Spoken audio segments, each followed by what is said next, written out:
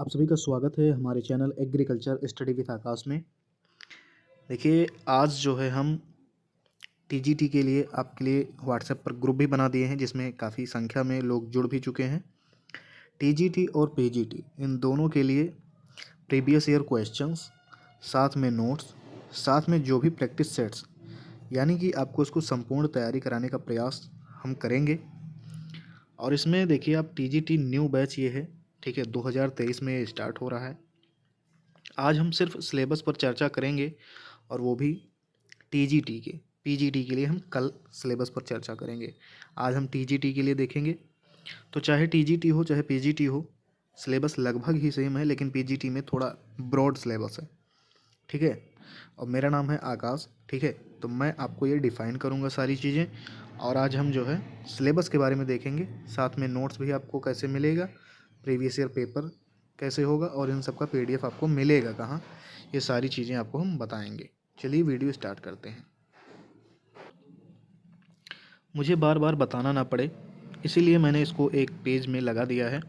यदि आप मेरे टेलीग्राम चैनल से जुड़ना चाहते हैं तो एग्रीकल्चर नोट्स या फिर एग्रीकल्चर नोट्स ग्रुप, दो चैनल हैं। फेसबुक पे अगर आप जाना चाहें तो ये ग्रुप है agriculture notes by Akash sir official, जिस पर लगभग 60,000 से भी अधिक मेंबर हो चुके हैं। और एक पेज है एग्रीकल्चर हेल्पर, ये फेसबुक पर है, तो आप इससे जुड़ सकते हैं। पीडीएफ सारी आपको यहीं पे ही मिलेगी या फिर व्हाट्सएप पे मिलेगी, ठीक है। तो ये आपके सामने रहा टीजीटी का सिलेबस। स्टार्ट करते हैं हम लोग, ठीक है। ये तो एलटी ग्रेड की है, यहाँ से आपका टीजीटी शुरू होता है, ठीक है। पीजीटी का हम नेक्स्ट वीडियो में ही बात करेंगे।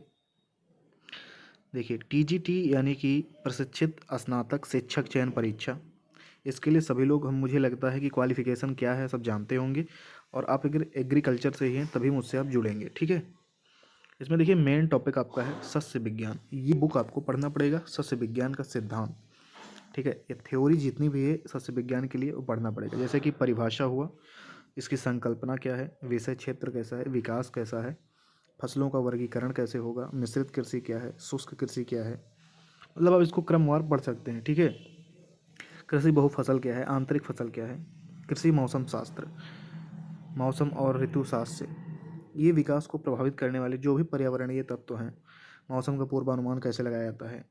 खाद्यान्न की बात करेंगे, दालें, तिलहन, रेशेदार फसलें, चारा फसलें, गांठदार फसलें, जड़ वाली फसलें, मुद्रादायनी फसलें, इन सभी का इतिहास, वितरण प्रकार और इनकी कृषिगत कार्य की प्रक्रिया कैसी है, ये आपको सस्य विज्ञान में देखना है। इसके बाद नेक्स्ट आपका हो जाएगा पशुपालन या फिर पशु प्रजनन। इसमें हमें देखना पड़ेगा प्रजनन का उद्देश्य, प्रजनन की विधियाँ कौन कौन सी हैं, विभिन्न प्रजातियाँ देखेंगे, और पशुओं का पोषण कैसे होता है, स्वास्थ्य देखभाल और स्वास्थ्य रक्षा, यानी कि आपका पशुपालन पूरा रहेगा।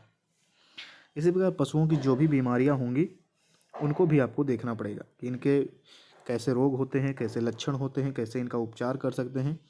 इसके बाद मिल्क प्रोडक्शन के भी बारे में हमको जानकारी चाहिए।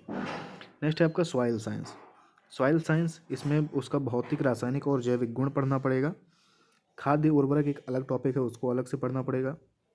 पोषण पौधों के लिए एक अलग टॉपिक है, उसका अलग है, ठीक है। तो उर्वरक, ये इतनी चीज़ें पढ़नी है, अभी आगे भी है। तो आगे आपके सामने नेक्स्ट मिलेगा जल प्रबंधन, ठीक है, वाटर मैनेजमेंट। विभिन्न फसलों के लिए कितना आवश्यक जल है, कितनी आर्द्रता है, तो ये सब चीज़ें आपको देखनी है। अपवाह का सिद्धांत कैसा है, अपवाह के लाभ हानि जो होंगे सिंचाई से संबंधित, उनको भी देखना है। साथ में आपको कृषि यंत्र भी देखने हैं। तो एग्रीकल्चर इंजीनियरिंग जो है आपको छूना पड़ेगा। उपकरण के प्रकार हैं, विभिन्न कृषि में उनकी उपयोगिता है, जुताई के लक्ष्य हैं, विधियाँ हैं, भू परिष्करण है। तो ये सब चीज़ें जो हैं आपको वाटर मैनेजमेंट में पढ़नी है। विभिन्न सब्जियों में फलों का उत्पादन, ठीक है, सब्जी और फल की पूरी खेती आपको पढ़नी ही पड़ेगी, ठीक है। उसका संरक्षण कैसे करेंगे और उसकी प्रक्रियाएं क्या हैं। फिर है खनिज और जल के शोषण की जो भी क्रिया है, वाष्पोत्सर्जन, श्वसन, कार्बनीकरण, ठीक है, ये सब आपको पढ़ने पड़ेंगे। साथ में आपको सीड्स के बारे में बहुत अच्छी नॉलेज होनी चाहिए। इसके बाद हमारा आता है एंटेमोलॉजी, यानी कि कीट विज्ञान। कीट विज्ञान में हम कीटों के बारे में मुख्यतः पढ़ेंगे, उनकी फसलों की जो भी बीमारियां होती हैं उनकी रोकथाम देखेंगे। साथ में ग्रामीण विकास जो है उसमें कार्यक्रम कुछ चलाए जा रहे हैं उनको भी देखेंगे। साथ में खेती और किसानी से जो भी संबंधित राज्य संस्थान हैं उनको देखेंगे। साथ में विभिन्न ग्रामीण परियोजनाएं और अभिलेखों का ज्ञान। काफ़ी बच्चे ऐसे हैं जो इनमें ये चीज़ें परियोजनाएं वगैरह नहीं पढ़ना चाहते हैं, लेकिन क्वेश्चन तो आपको मिलेगा ही, तब आप फंस जाएंगे। साथ में आपको मानचित्र, खसरा, खतौनी के बारे में भी थोड़ी बहुत नॉलेज आपको होनी चाहिए। तो ये इसका डिटेल्ड सिलेबस है। सिलेबस आपने एक बार देख लिया है।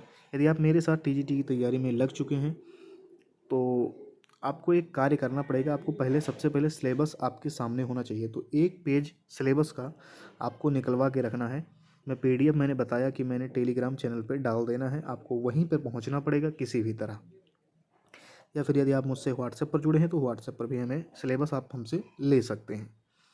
साथ में अब हम आपसे ये पूछना पसंद करेंगे, आपको कमेंट में, इस वीडियो के कमेंट में बताना है कि सबसे पहले आप प्रीवियस ईयर क्वेश्चन सॉल्व करेंगे या फिर थ्योरी की क्लास डायरेक्ट पढ़ेंगे। तो ये आपके ऊपर है, जो सबसे ज़्यादा कमेंट आएगा मैं उसी की क्लास स्टार्ट करूँगा। यदि कोई भी कमेंट मतलब नहीं कर रहा है तो भी मैं पीवाईक्यू स्टार्ट कर दूंगा, क्योंकि पीवाईक्यू से एक बेसिक नॉलेज पता चल जाती है कि किस लेवल में क्वेश्चंस आते हैं। तो चलिए आज के वीडियो के लिए सिर्फ इतना ही। मिलेंगे नेक्स्ट वीडियो में, तब तक के लिए आप सभी का धन्यवाद। जय हिंद।